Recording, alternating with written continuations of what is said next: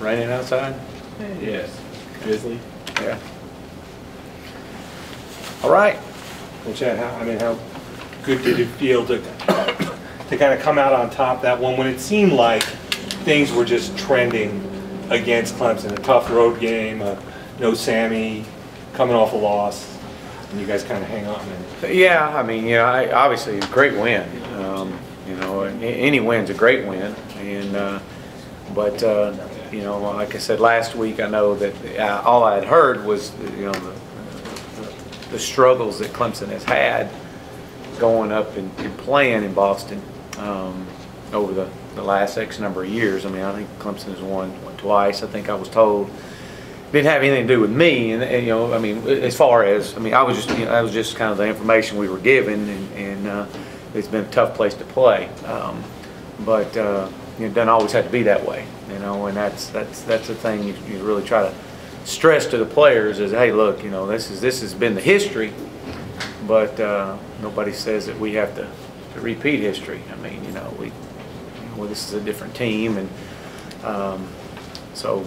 It was obviously a great win going in that environment and playing, but coming off of the week before and trying to make sure that you didn't have an emotional letdown. And, well, I wasn't expecting that. I mean, we really weren't. I mean, we had a job to do and felt like that. We had a good scheme against it, good plan against it, but we still had to go execute. What's your take on Sammy and his availability today and this week and just? Well, yeah, I don't know. I mean, we don't know, and it was something that kind of hit late last week, and you pretty much game plan all week long, and Friday or Thursday at whatever time, Friday, whatever time. I mean, you just didn't know there's availability, so you kind of had to readjust things. It kind of was a late night on Thursday night, kind of readjusting and scratching and clawing on your game plan. Because he was a big part of it, but it is what it is. I mean, we've played games without him and had a lot of success without him, and so, regardless if he's going to be ready or not this week to go, I mean, we'll have a great plan and against a very good opponent, an opponent that's going to be obviously out with something to prove. Have you talked to him? Is he feeling a little bit better? Yeah, he's feeling a lot better. Yeah, he's feeling a lot better, and that's good to hear. Yeah. But I would anticipate he would be able to play. But again, today's Monday, and I'm just the offense coordinator. I'm not a doctor, so I don't know that. But we'll do whatever they say. If he's there, then great. If he's not, well, that's great too.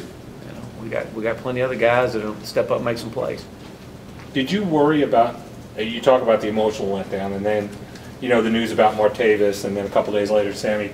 Did you worry about anybody on your unit kind of, I don't know, feeling beaten down or just not being emotionally up to kind of meet the challenge that they met? Well, as an offensive coordinator, one of the things that I do, that we do as an offensive staff is, and I memorize the entire game plan. So, rewrite it about 12 to 15 times through the course of the week, and to where I've got it completely memorized. And when you lose Martavius, and then late in the week you lose Sammy, and so there was, I burned through quite a few Sharpies doing some scratching out, but as far as our players and their mindset of being beaten down, I guess I don't understand what you're saying there. I mean, well, it just seemed like things weren't going Clemson's way during the week with some injuries. Oh yeah. No, our guys were.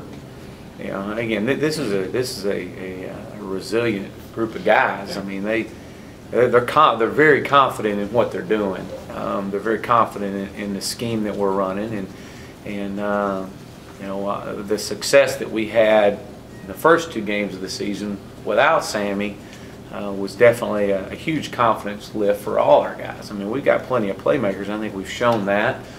And Sammy's just one more addition to it, which is if you have him in the game in the fold, he's obviously gives you an extra weapon in there. But as far as our guys going, Martavis down, Sammy's down. Now what are we going to do? No, there wasn't any panic at all. Yeah.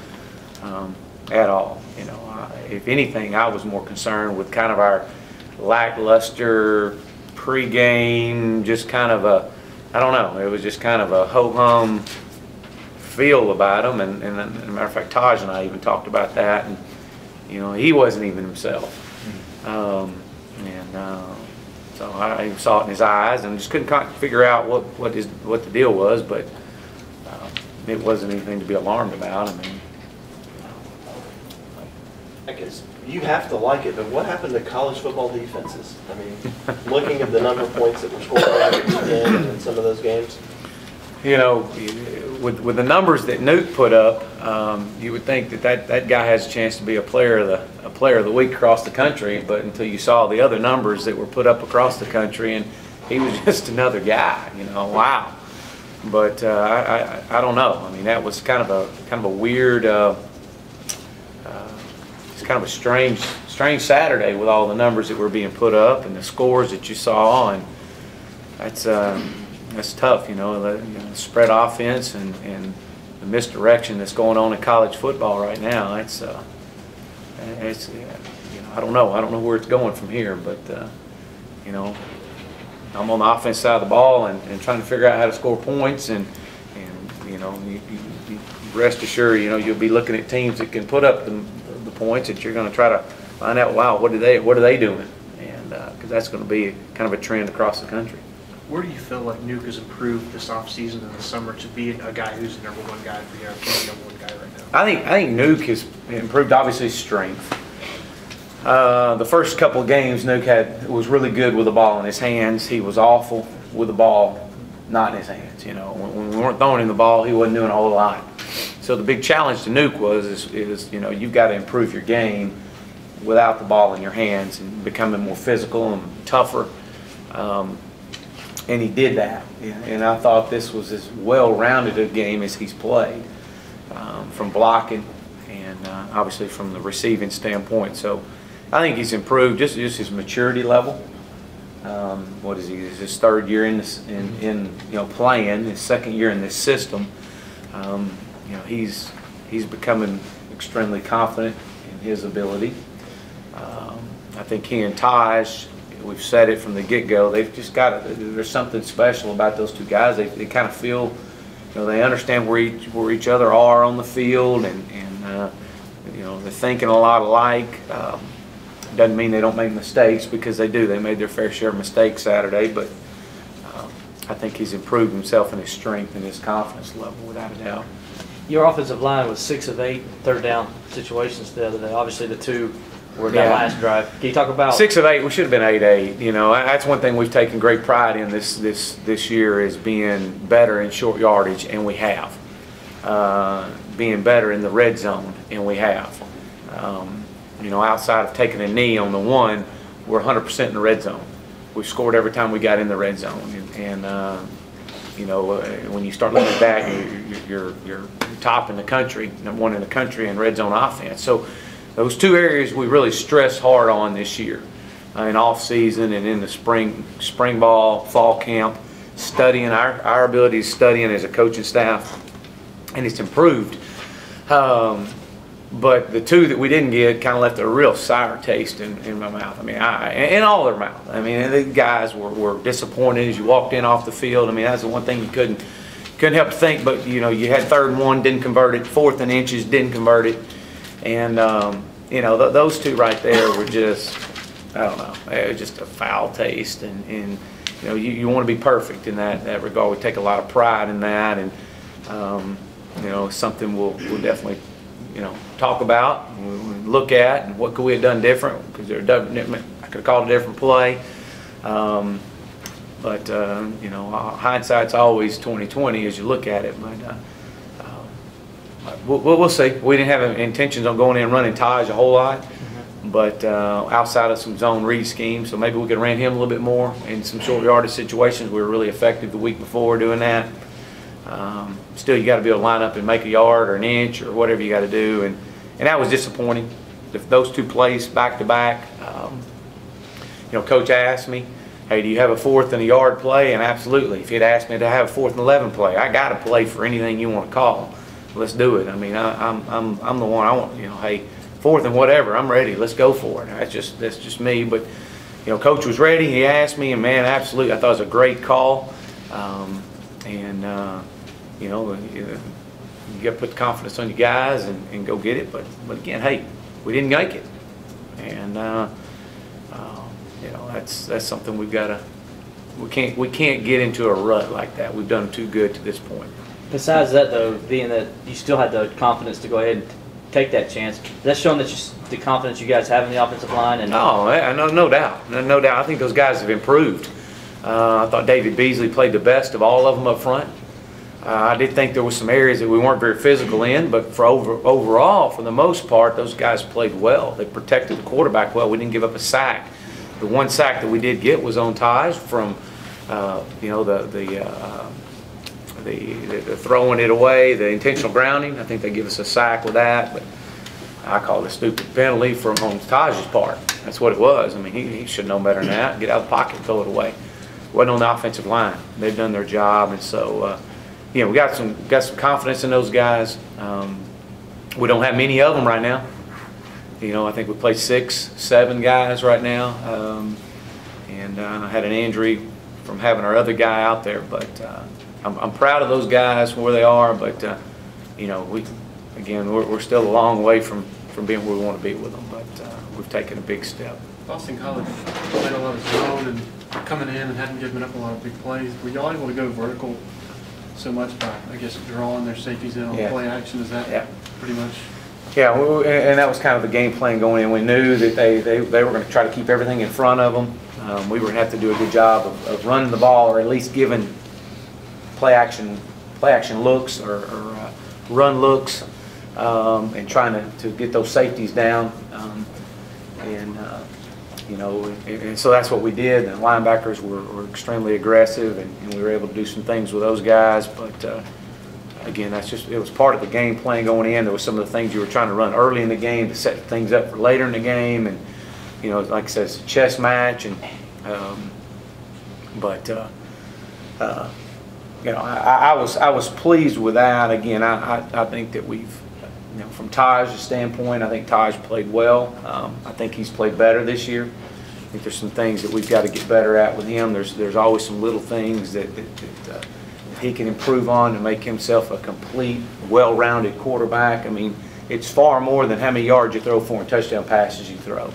And that's what he and I talk about all the time. It's the entire, you know, what can we make you a better, well-rounded quarterback to be the best in the country? And because you've obviously got all the intangibles. Now we've just got to polish up some of your mechanics and techniques and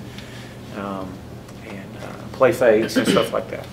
If on the interception is Awful. Is it his responsibility Terrible. to throw the ball in the stands if it's double covered? Yeah, just overthrowing him. Yeah. I mean, Nuke really, he's got him by a step. He's double covered, but he's got him by a step. The last thing you want to do is underthrow it, overthrow it. You know, we got him on the ropes. We just had a sudden change. We're going to make it, you know, hey, we're coming off the sidelines. You know, it's a play we work on every week. It's we hit it last year, and we've hit it, you know, hit it years before, and it's just one of those deals that, look, if it wasn't there, and that's the last time we told them, if it's not there, overthrow it. You got an outlet with a little bit, throw it out a little bit, and get you out of trouble. But don't, let's try not to, let's avoid a turnover right here. And but maybe we just didn't hear the turnover part. He heard everything but the turnover. So, but again, he's trying to make a play, and you know, hey, that's part of it. You go with those things, and some of them will hit, some of them won't. Where's your attack? How much are the issue? Because your offense was really rolling up until that game. And then you lost. I think a lot of things were rolling up into that game. Lost Ellington, but what did Tech do? Well, 5 turnovers didn't help. I believe that's what it was. 5 turnovers was a big thing. Were those unforced errors or those things? I think we have three interceptions and 2 fumbles. I think that's what it was. It's hard to beat anybody with 5 turnovers. Now, give them credit. They brought a lot of pressure. They brought a lot of pressure early. They were going to figure out, and they knew Andre wasn't playing. They were going to put a lot of pressure on our running backs, our young running backs, and see if, number one, could they pass protect. And the second thing was they were going to try to, you know, see if, you know, how they would respond with pressure, how a young quarterback would respond with pressure. And so I think that obviously going to their place, 5 turnovers, still had an opportunity right there. We get the ball on the 10 or 8 yard line and throw an interception. We got a chance to get back in the game. We didn't do it. And it was that was the thing. One thing I do remember about it was our players, and then just the time of possession. I think there was and I had to look at my numbers and everything, but just talking about time of possession with our guys, and I think we fell. I think we were down 31-10 or 31-17 at one time, but I think 5 turnovers. I think you got to give them credit. They had a good plan. They brought a lot of pressure early. What are your impressions of them on film this year? It looks like they're struggling somewhat to stop people right now. Well, if you recall last year, I believe last year, and I had to go back again and look at my numbers. You guys would know this more than I would, but I think we were playing them coming in on a 2-game losing streak too. I think they had lost their previous 2, and then we roll into town and obviously they beat us. So it's real similar. They've lost their last 2 games, and I'll tell you what we're going to get. We're going to get their absolute best. That's exactly what we're going to get. And those guys have been beat the 2 weeks, the prior 2 weeks, and they've got some guys injured, and which I'm sure they're expecting to get back this week. We're going to get their best. There's no doubt about that. Those guys over there do such a great job coaching, and they'll have them ready, and they'll be very well coached. They're going to do what they do, play their odd front. They'll get into some 4-down look. We've seen them play a little bit more 4-down this year than they've played in the past, but they'll be ready. I can tell you that. If I remember correctly, didn't they do a whole bunch of stuff that you hadn't seen before too? I think a lot of bringing pressure. I think that was some of it with our younger guys. I think that they played. That was the biggest thing. Looking back at it. Chad, when you were a younger coach, did you ever toy with any of that triple option stuff that George? We actually run the triple option. We just don't run it from like the way they run it. But we do run kind of yeah. I had a playbook about that thick. I thought I could run everything, every play in the world. I could run it. And but no, growing up watching the wishbone and watching Oklahoma run, just perfect the wishbone. And I always thought that was, when it was working, it was definitely an art to watch. You get asked this a lot, and I apologize for it, but Paul Johnson will obviously play the ultimate game of keep away this weekend, taking it down to 1 o'clock, trying to keep drives alive. And people would say, well, Chad Morris will change his game plan to protect the defense. Just how would you answer that? Well, and that's a great question.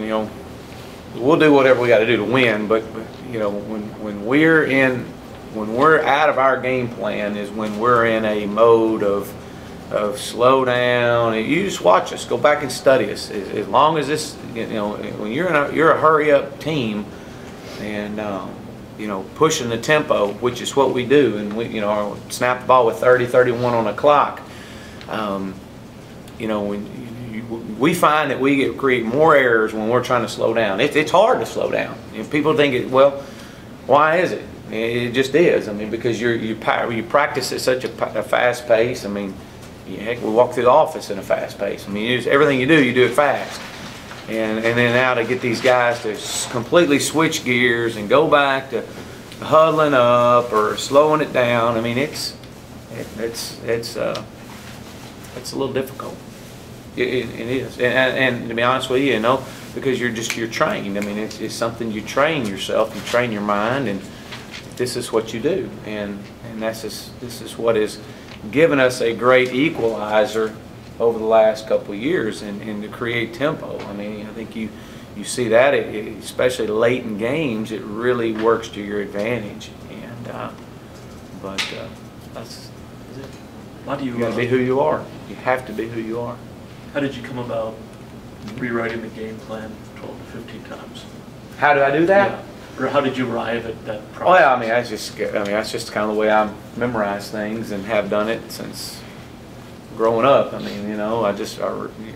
I don't know, maybe I got in trouble in grade school and had to write sentences on the board over and over and over. But, you know, just writing it and seeing it and writing it again. And, you know, from the time I get on the bus till we go to the hotel, I mean, I'm just rewrite it and write it. Because, you know, you just got it in my mind, and this is what you want. And you know, still doesn't mean I don't look at it. I always look at it between series to kind of cross-check a few things. You mentioned your triple option. I guess that's the zone read when you got the screen. Sure. What's the origin of that concept? It just wishbone offense. I mean, wing T, wishbone. You know, still reading. It is a triple option. I mean, you know, we do run option football around here at times, and we give our quarterback the abilities. Kind of like going into last week, we did not have quarterback runs scheduled in for Taj. He wound up carrying it 11 times. Because that's what they presented with us on our option game. You ran the option on that touchdown for Taj, right? Sure did. Yeah. Chad, this is kind of off the topic a little bit. The ACC injury report, when you see that kind of roll through, if somebody has, you know, your opponent has their defensive end listed as I mean, how much stock do you put into that? Do you put any stock into? Well, you look at it from just a too deep standpoint to find out where, you know, who's going to be in, who's going to be playing, and kind of study them a little bit more. Yeah, I mean, we look at that. So who's playing, who's not playing, and just like people do with us, you know, who's going to play, who's not. Is there an area you can attack? Is there not? So yeah. You ever wonder if coaches are sandbagging? Coaches sandbag. It ain't no wonder in hell they do sandbag. That's just part of being a coach. Yeah.